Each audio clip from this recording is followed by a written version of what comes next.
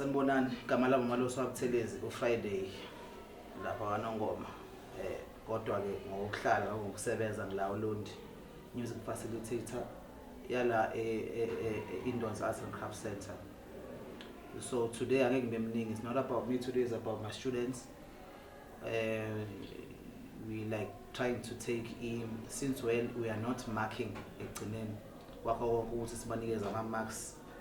We provide them with enhancing the skills and developing talents up in a professional manner. So now latest yenza la namhlanje is to actually check ukuthi have they gained anything ngokwe knowledge of music, the music business side, as abanye bangama artists, abanye ama instrumentalists. Some of them wish to be famous artists. So now you start somewhere to get somewhere, as nazo ukuthi theory is the only thing okumele ukuthi umuntu ayenze before as achieve whatever needs to be achieved.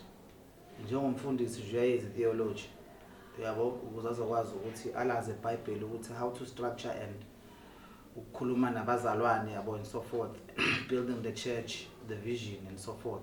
So the music is the same thing. If you are studying a theory, then you would understand all the technical work yakhona ukuthi izinto zisebenza kanjani.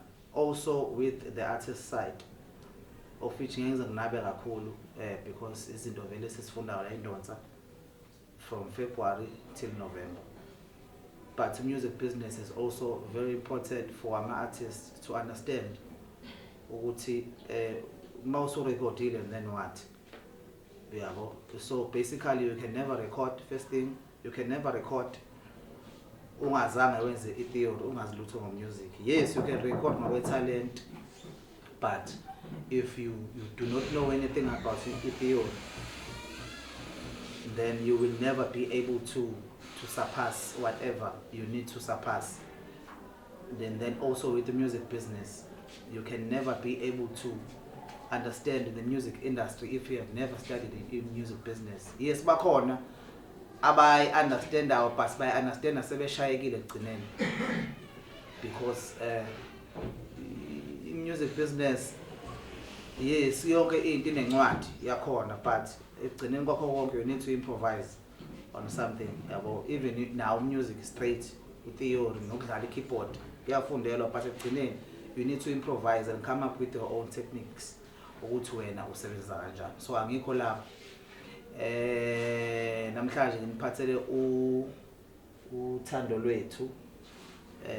This will be our first student. Sim interviewer ukuthi ke what has she achieved since February, and also what are her goals. It's simple nje. What have you achieved? Ama goals akho? Where do you want to see yourself? Ngawama goals, and then bese ukuthi yini ofisa thina yini olekha kuyona, and then what is it that you need us to help you with as a center. Because I've noticed ukuthi since ngiqale ukufundisa la abafundi abaningi bayahamba mase behambile then uthola ukuthi abasanako. It's all because of sileka lokhu kahle kahle indaba ye-interview. Check umfundi ukuthi ume kanjani ngokuciko bakhe, ufisa ukufika kuphi ngokuciko bakhe, yabo. So we are also here as facilitators to help actually bonke abantu baseZululand in terms of amaciko. I hope this message finds you well nawe la ukhona ekhaya ngobuyibuka nje ukuthi Indonza is a place of amaciko, and asifundisa izinto zabo zase primary, but into nje irrelevant efundwa even e college nase university. So you should start making your ways to Indonza for you to come and enroll, so that uzokwazi ukusizakala kusasa, ungahlali nje ekhaya ne talent. Okay, lokho okuningi sokukhuluma ekugcineni after interview. So how are you, Thando? Yeah. Siyaphila. So it's simple nje lento. You just tell us ukuthi yini uachievile for now, and then ma uqeda ngizokubuza umunye umbuzo futhi because isemningi kakhulu lembuzo ngiyazela ukuthi ungadideki. Yeah. Ngiyabonga ithuba lokhulumayo uThando waMhlongo fundo la eNdonsa Arts and Crafts. Mina ke ngenza music. Ukuza kwami la eNdonsa ngangifuna ukuzofunda music just because ngifuna ukuyibona ngi-artist elidumile elaziwayo. Okokuqala ke engakusho about engikuachievile njengoba ngaqala ukufika ngoFebruary until manje. Engikuachievile kokuqala it's about music business, i-theory kanye ne-oral. Okwesibili is how to perform a stage, because like ngifika la mina vele ngangazi ukuthi kuyaperformwa, ngangazi ukuthi nje kuyacula kuphela.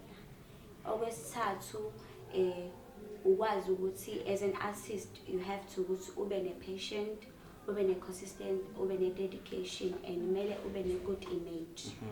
Okwesi-4 ngafunda about uNkosi Sikelela ukuthi uqhamukaphi, because mina ngangazi nje ukuthi la uNkosi Sikelela uqhamukaphi ucula kanjani. Okugcina ukuthi uma uyarecorda, uma usuqeda ukurecorda yikuphi la ama-steps omele wathathe, like uma uzo-release usuqedile ukurecorda kumele uregister kaSAMRO, iCapaso, kaRiza nokunye. Usho wathi Rizla.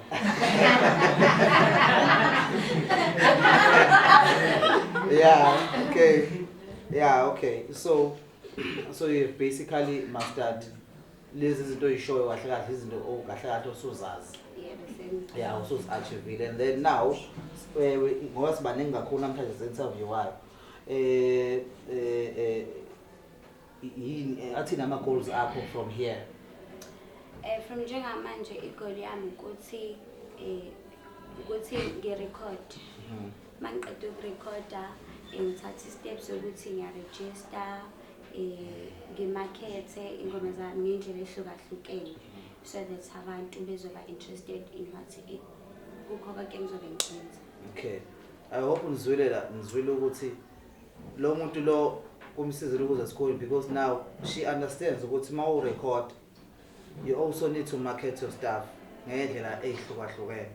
So besinenkinga la emakhaya ukuthi umuntu afika recorda release ingoma yakhe ibhadle lapha yabo DistroKid nasezitolo on digital stores.